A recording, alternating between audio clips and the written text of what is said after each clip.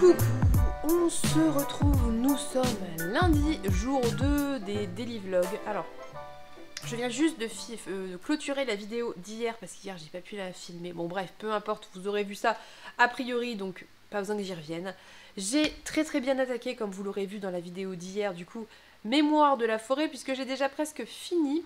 Ça se lit vraiment très vite, ça se lit très bien. Je l'ai un peu bingé, alors que je pense que ça aurait mérité d'être un petit peu plus savouré. Mais pourquoi je me suis permis de le binger?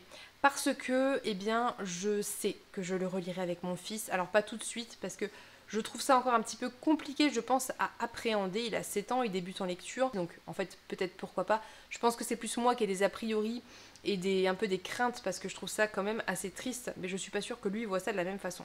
Bref, toujours est-il, ai-je besoin de le résumer? Je ne sais pas, mais je vais le faire. Que nous allons suivre, eh bien, Ferdinand Taupe et Archibald Renard, je crois. Oui, Archibald Renard. Et en fait, un jour, Ferdinand Taupe vient voir Archibald, qui est libraire, et vient lui demander de récupérer un livre, sa biographie, en fait, son autobiographie, qu'il avait amené des années auparavant, parce qu'il se souvient qu'il a eu une femme qui s'appelait Maude, mais qu'il ne sait pas du tout où elle est et qu'il voudrait la retrouver. Donc en fait, on va parler de ce personnage de Ferdinand Taupe, qui est atteint de la maladie de l'oubli-tout, qui est en gros un autre nom pour Alzheimer, hein, concrètement, et qui a besoin d'aide, et on va suivre le renard qui part dans cette quête, alors que c'est... Voilà, lui, c'est difficile pour lui de quitter sa petite librairie, son petit confort, mais il le fait par amitié pour Ferdinand, et parce qu'il voit que Ferdinand est en détresse, et voilà, et c'est très beau. J'aime beaucoup en fait ce regard qu'on a sur les deux personnages. D'une part parce qu'on a ce renard qui est tellement investi, même si c'est dur et même si des fois il en a marre un petit peu quand même parce que c'est pas facile, pour aider Ferdinand Taupe parce qu'il sait qu'il est malade et que tout seul il va pas y arriver et qu'il a besoin d'un accompagnant en fait tout simplement. Et en même temps ce personnage de Ferdinand qui a des moments de lucidité où il se rend compte que ça va pas du tout et qui a plein de moments en fait et dans le passé et dans la recherche de ses souvenirs, enfin il n'est pas vraiment connecté du coup. Leur duo, je suis désolée, je viens d'éternuer tousser donc je suis toute... bon bref, j'ai les yeux qui pleurent. Leur duo est hyper touchant et hyper sincère, hyper vrai encore une fois et je pense que c'est ça que j'aime en fait dans ce genre de livre, c'est la sincérité et la vérité. C'est beau, c'est doux, c'est...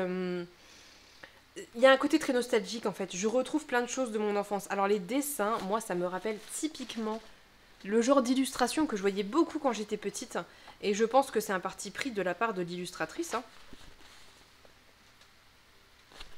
Que j'aime beaucoup, qui me rappelle des choses... je crois que je vous ai montré un truc qui spoil. Peut-être pas le mettre au montage. Je vais vous montrer plutôt les images du début du coup, ou qui ne disent pas grand chose, voilà. Bref, ça a ce côté nostalgique et doudou de l'enfance, mais en même temps c'est vrai que on aborde ce sujet qui est quand même assez dur, assez touchy quand même, parce que ça demande quand même des connaissances, et je suis contente de savoir que Juliette qui est un petit peu dans le métier, hein, comme on peut dire, a validé la manière dont se comporte Ferdinand Taupe et donc le côté vrai de ce récit qui me semble hyper important. Je trouve que c'est ce genre de livre qui aide les enfants à appréhender des choses du réel, donc là la maladie, plus précisément Alzheimer, mais la maladie de manière générale, mais en même temps, et en même temps, qui apporte plein d'autres choses, donc un univers, un imaginaire, du vocabulaire, des relations, des échanges, un côté très très doudou, réconfortant avec la nourriture, avec les petites blagues, le côté un peu humoristique, avec voilà, ses souvenirs, avec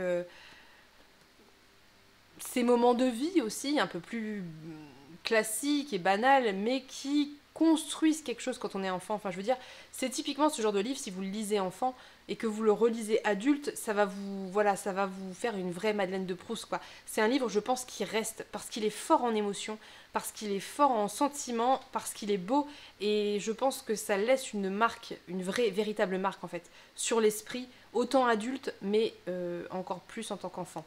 Et je sais déjà que si je donne ce livre à mon fils, il va passer de très longues minutes à observer les dessins qui sont complexes, qui sont beaux, qui, je pense, ont été faits en tradi. Alors, je peux pas vous dire parce que maintenant, c'est vrai que... c'est vrai que maintenant, même le numérique ressemble fort au tradi, mais à mon avis, c'est le cas ici. Et bref, et ouais, c'est une petite pépite, je vous le dis. Pour le moment, j'ai pas encore pleuré. Je vous disais donc, avant que nous soyons coupés, que je n'ai pas encore pleuré, mais je ressens quand même très fort les émotions et j'appréhende un peu la fin, je vous le dis. Soit je vous reprendrai quand je l'aurai terminé, en sachant qu'aujourd'hui, je n'ai pas que ça à lire, même si c'est mon livre défi perso, puisque je dois lire 50 pages de Paternoster que je lis en lecture commune avec Juliette. À mon avis, ça va se faire très très bien. Ça représente ça, c'est pas énorme, voilà, je sais, je suis pas trop inquiète, mais voilà, j'ai hâte de commencer ça. Et je dois avancer le prieuré puisque je suis bien à la bourre. Voilà, donc je vais essayer de vous filmer des plans pour faire un daily vlog un petit peu sympa de ma journée, mais j'en ai déjà filmé avant je crois, vous avez dû voir que ce matin j'ai rempoté. Et je vais essayer de vous reprendre ce soir et non pas demain matin, mais si je fais ça demain matin, vous ne m'en voudrez pas, parce que le soir, en fait, le moment idéal pour moi pour clôturer, ce serait 18-19h, sauf que c'est le moment où c'est l'heure de la douche, de faire le repas, etc. Donc je me retrouve toujours à devoir soit clôturer trop tôt et j'ai pas fini ce que j'avais à finir, soit à clôturer à pas d'heure et des fois, voilà, pas envie, la fatigue, ou alors l'enfant qui fait des siennes, enfin c'est pas possible. Donc si je clôture demain matin, ne m'en voulez pas. Dans tous les cas, je parlerai de ce que j'ai lu aujourd'hui. Voilà. Donc je vous laisse pour ce plan qui a été assez... pas trop long, je pense. Et on va essayer de faire des vlogs de 15 minutes pour que ce soit digeste pour vous et que vous puissiez les regarder sans devoir les reporter à plus tard parce que pas le temps. Tant qu'à faire, ça serait mieux. Voilà. Donc on se dit à tout à l'heure.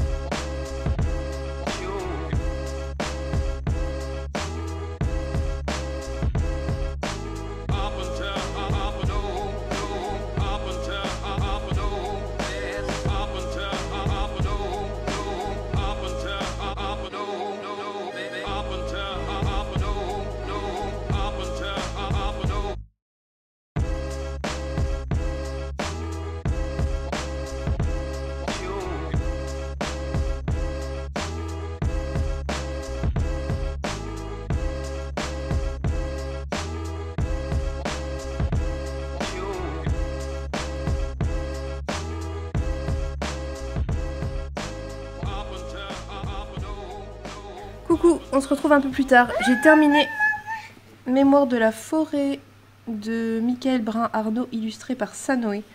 Et c'était une excellente lecture, sans surprise. C'était vraiment tout ce que je vous disais tout à l'heure. Et en plus de ça, ça a l'intelligence de présenter d'autres facettes de la maladie que juste les symptômes en fait. C'est-à-dire tout ce qui n'est pas parlé, tout ce qui est tu et tout ce qu'on ignore souvent. Donc voilà, tout ce qui va être le rôle des accompagnants, des amis, de l'entourage. Franchement c'est beau, mais c'est un peu triste quoi, parce que bon déjà au-delà de la maladie, il y a toute l'histoire qui fait que concrètement. Mais ouais, c'est quand même triste. Mais et en même temps, c'est aussi l'histoire de la vie et ça véhicule des messages positifs malgré cette maladie. Donc ça veut dire que même si c'est triste, effectivement, il s'est passé plein de belles choses et qu'il y a des choses que même la maladie n'arrive pas à prendre. Et voilà, bon bref, c'était une chouette lecture. Je sais pas ce que je vais pouvoir ajouter sur cette lecture parce qu'en fait, tout a déjà été dit, j'ai l'impression. Et je rejoins tous les points de vue que j'ai vus autour de Mémoire de la forêt. C'est vraiment, c'est vraiment une lecture intelligente, c'est vraiment une lecture qui mérite d'être connue et je pense que je vais lire le deuxième. Je crois qu'il est déjà à ma médiathèque, il me semble. Je pense que je vais l'emprunter et que je vais le lire parce que c'est vraiment l'histoire de quelques heures, ça se lit très vite et que c'est vraiment une très belle lecture. Je pense qu'il faut que je la digère un peu, donc peut-être que je vous en reparlerai dans quelques jours ou je sais pas, peut-être en bilan lecture de juin du coup. Parce que je pense qu'il faut que ça repose un peu parce que c'est beaucoup d'émotions, c'est vraiment très dans l'émotion. Après, dans les points positifs, purement positifs, j'ai adoré l'aspect nourriture, promenade en forêt. Les métaphores sont très jolies, l'écriture est très belle, très fluide, très très belle mais très compréhensible par un enfant quoi. C'est ça qui est très chouette. C'est que du coup, ça a la beauté de la poésie en étant largement accessible. Je suis désolée, mais quand je parle, il veut parler aussi, donc c'est compliqué. En étant largement accessible pour les enfants, quoi. Donc l'écriture est très belle, l'ambiance est incroyable, les thématiques abordées sont très chouettes. Il y a une véritable aventure aussi qui, en fait, serait peut-être la lecture plus pour les enfants en soi, parce que, voilà, c'est l'intérêt de l'intrigue. Et il y a tout ce qui n'est pas explicité, qui n'a pas besoin de l'être, et qui est plus une lecture réfléchie, dont on peut tout à fait discuter avec les enfants, qui peut être questionné, etc. Et j'adore ce genre de double lecture, avec une aventure en surface et un fond, avec du respect, de l'amour, de l'écoute, de l'attention, avec voilà, plein de choses qui sont expliquées sur comment faire, notamment avec quelqu'un qui a cette maladie, quoi. Bref, voilà, je sais pas trop ce que je vais pouvoir ajouter à ça parce que je vous dis, je pense qu'il faut que je digère un peu. Donc là, ce que je vais faire, c'est que je vais aller lire Pater Noster, mes 50 pages du jour. Et je pense que si je peux, si j'ai le temps et tout, je vous ferai un point lecture aussi sur celle-là parce qu'après tout, pourquoi pas, voilà. Donc je vais vous laisser, je suis désolée, la qualité de l'image va être pourrie parce que du coup, j'ai pas mis mes éclairages et l'éclairage fait toute la qualité concrètement. Mais je voulais juste filmer ça vite fait parce que je sais pas quand j'aurai le temps et j'ai pas envie de faire comme hier et de me retrouver en stress parce que j'ai pas filmé et que le mardi en plus c'est une journée un petit peu plus chargée que le lundi, donc j'ai pas envie de trop speeder. Donc au moins j'ai fait le point sur Mémoire de la forêt dont je reparlerai très sûrement parce que j'ai besoin de le digérer et là je vais lire Pater Noster et si je peux je vous ferai un point Pater Noster et au moins j'ai pas la pression parce que si demain j'ai pas le temps tant pis, on clôture ici et voilà, et si j'ai le temps tant mieux, ça sera très chouette. Du coup je vous laisse pour aujourd'hui, a priori, on verra s'il y a une suite, mais je ne sais pas. Je vous souhaite une bonne journée, j'espère que cette vidéo vous a plu, j'espère que cette lecture vous a intéressé. N'hésitez pas à me dire ce que vous en avez pensé, je vous fais plein de gros bisous et on se dit à bientôt pour une prochaine vidéo.